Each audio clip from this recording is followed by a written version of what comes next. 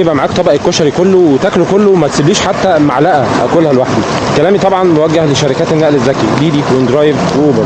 على سبيل المثال كده انا دخلت عملت حسبه بسيطه النهارده.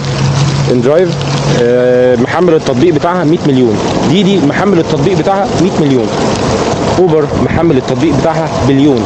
لو افترضنا كده في حسبه بسيطه في دقيقه كده واحنا واقفين ان 100 مليون واحد في اندرايف، كل واحد فيهم الشركه خدت منه 1% او خدت مثلا 10% بقى زي ما احنا بنقول في 100 مليون، يعني بنتكلم في مليار. لو بنتكلم مثلا في 10 مليون عربيه بتشتغل، او بنتكلم مثلا في مليون عربيه، انا هدي ادنى سعر.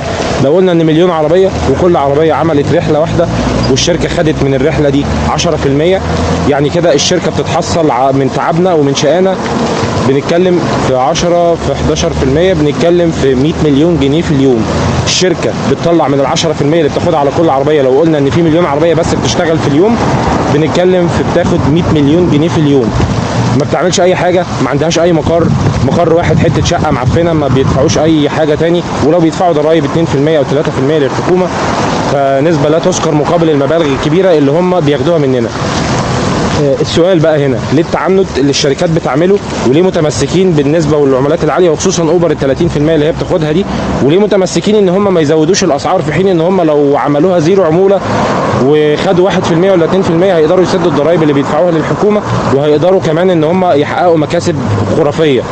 فانت بتاخد كاندرايف 10%، بتركب العميل على قفاه باقل تسعيره وسامح بثغره موجوده وانت عارف وتقدر تقفلها، ويقدر يحط بيها اقل سعر. يعني انا لسه دلوقتي مقابل واحد صاحبي في القريه الذكيه، صدمني اقسم بالله، مع ان هو المفروض قديم في الشغلانه وهيسمعنا، وانا نصحته وهو عارف باليوم بتاع 9-11 واخد مشوار من التجمع الخامس للقريه الذكيه 200 اكتر من 50 كيلو ب 160 جنيه، عشان طبعا لبس في مشوار التجمع، والتجمع الصبح ما بيكونش فيه شغل وبتكون العربيات كتير والشغل فيه قليل، فخد مشوار. يعني لو المشوار ده انت مركب غاز فانت بتوفر الفلوس دي ليك مش للعميل. فيعني المشوار ده اقل حاجه هتطلع ال 50 كيلو دول بنتكلم في 350 جنيه يوم ما تبقى طالع المشوار ده ومتقفف يعني.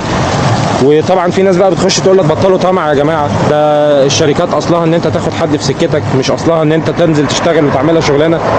انا بعيد كل ده في كل فيديو عشان اعرف الناس اللي بتقول الكلام ده ان في العالم كله حتى في امريكا لا، الشركات دي بقت شغلانه اساسيه بسبب الازمه العالميه، والناس بقت بعد ما ناس كتير خسرت شغلها بقت دي شغلانه اساسيه بيدفع عليها ضرايب. بعض الدول عامله عليها تامينات، يعني شغلانه اساسيه.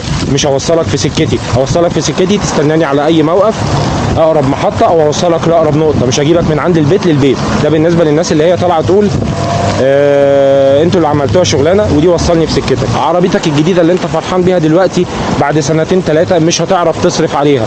الفلوس اللي في جيبك النهارده لو جيت تعبت وقعدت انت ولا عندك تامين ولا معاش ولا حد هيصرف عليك، فلو دي شغلتك الاساسيه بعد ما سنك يكبر او بعد ما تتعب او لا قدر الله لو حصل لك حاجه، مفيش حد هيقول لك انت فين ولا هتعرف تشتغل.